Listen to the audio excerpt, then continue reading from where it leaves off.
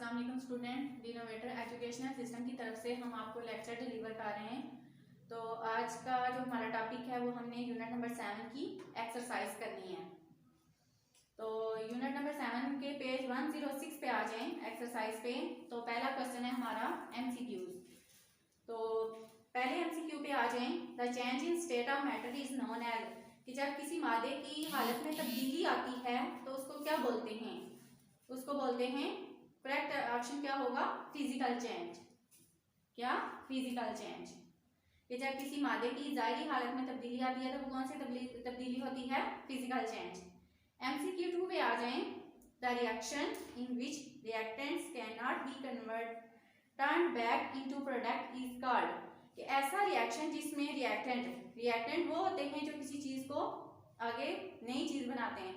तो जिसमें रिएक्टेंट जो है वो अपनी पहले वाली हालत में वापस नहीं आ सकते तो वो उसको क्या बोलते हैं? कौन सा रिएक्शन? इनरिवर्सिबल रिएक्शन। ठीक है, दूसरे एमसीक्यू का आंसर क्या है? Irreversible reaction. थर्ड पे आ जाएं। Identify the process which includes chemical change, कि आपने देखना है, पहचानना है कि इसमें से कौन सी जो है वो केमिकल चेंज है। सुब्लिमेशन है, कंडेंसेशन है, फोटोसिंथेसिस है, फ्रीजिंग है। तो सुब्लिमेशन, कंडेंसेशन और फ्रीजिंग जो है ये क्या है? फिजिकल चेंज है। तो अब फोटोसिंथेसिस जो है क्या है? Chemical change. क्योंकि ये कीमियाई प्रोसेस है, पौधे खुराक तैयार करते हैं तो वो नई चीज बन जाती है, कि मुख्तलिफ चीजों को मिला के जब वो खुराक तैयार की जाती है, केमिकल प्रोसेस होता है वो, जिसको फोटोसिंथेसिस कहते हैं। तो इसका करेक्ट ऑप्शन क्या होगा? फोटोसिंथेसिस। अब नंबर 4 पे आ जाएं। Paper towel absorb water, what kind of change it represents, कि पेपर टॉवल जो है जब पानी जज़ब करता है तो ये कौन सी तब्दीली को जाहिर कर रहा है? फिजिकल चेंज को। यानी कि जब वो पानी अब्जॉर्ब करेगा, कागज, कोई भी कागज ले लें, तो जब वो पानी जज़ब करेगा, यहाँ पे कागज का तौलिया हमने खाया, तो जब वो पानी जज़ब करेगा तो पानी के बाद में बन के उड़ जाएगा ना, वेपर बन के, तो बाकी कागज दोबारा वैसा रह जाएगा। तो ये कौन सी तब्दीली होगी? फिजिकल चेंज होगी। अब आगे देखें 5 नंबर पे, विच of following is the correct about reversible reaction, कि आप सारे ऑप्शन देखें कि इनमें से कौन सा ऑप्शन करेक्ट है रिवर्सिबल रिएक्शन के लिए। रिवर्सिबल रिएक्शन आप पीछे यूनिट में पढ़ चुके हैं कि वो होता है जो अपनी पहले वाली हालत में वापस आ जाता है। तो they proceed in one direction, they proceed in both direction, reaction stop after product formation, all statements are wrong।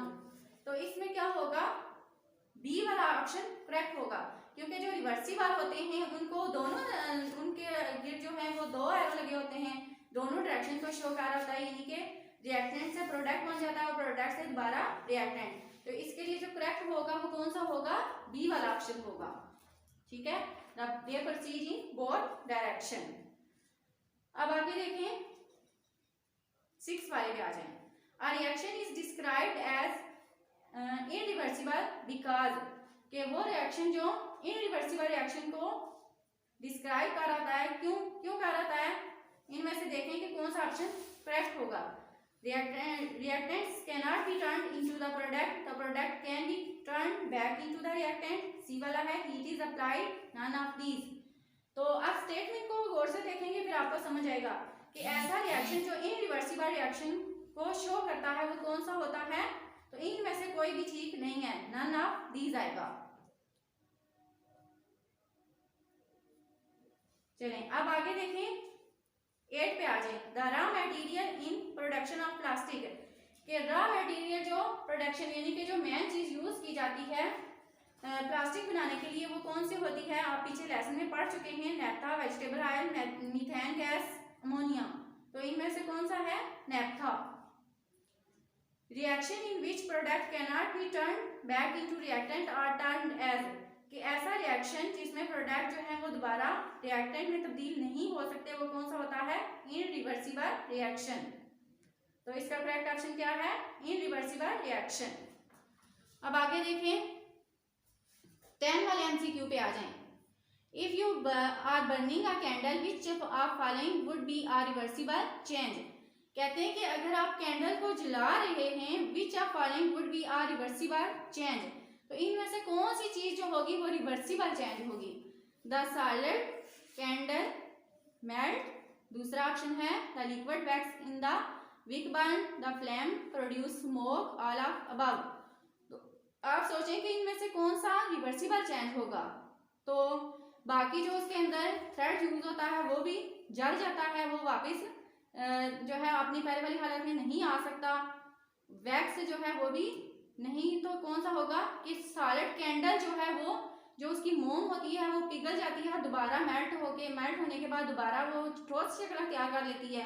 तो इनमें से कौन सा रिवर्सिबल होगा? Solid candle melt. ठीक है, सॉलिड कैंडल मेल्ट। तो ये हमारे एमसीक्यू हो गए। अब क्वेश्चन नंबर 2 जो एक्सरसाइज में है, fill in the blank with suitable word. तो अब ब्लैंक्स पे आ जाएं। तो ये ब्लैंक्स के जो आंसर हैं ये भी आपको व्हाइट बोर्ड पे दिखा दिए गए हैं, तो आपने यहाँ से उठा के अपने यहाँ पे पुट कर लेने हैं। तो मैं आपको एक दफा समझा देती हूँ। पहली ब्लैंक पे आ जाएं। Baking a cake is a chemical and dash change, कि जब केक को बेक करते हैं तो ये केमिकल चेंज होने के साथ साथ कौन सी तब्दीली है? इनरिवर्सिबल चेंज है ये। अब दूसरी ब्लैंक पे आ जाए।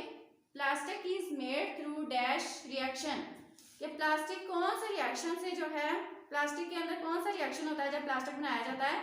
केमिकल रिएक्शन होता है। तीसरे पे आ जाए।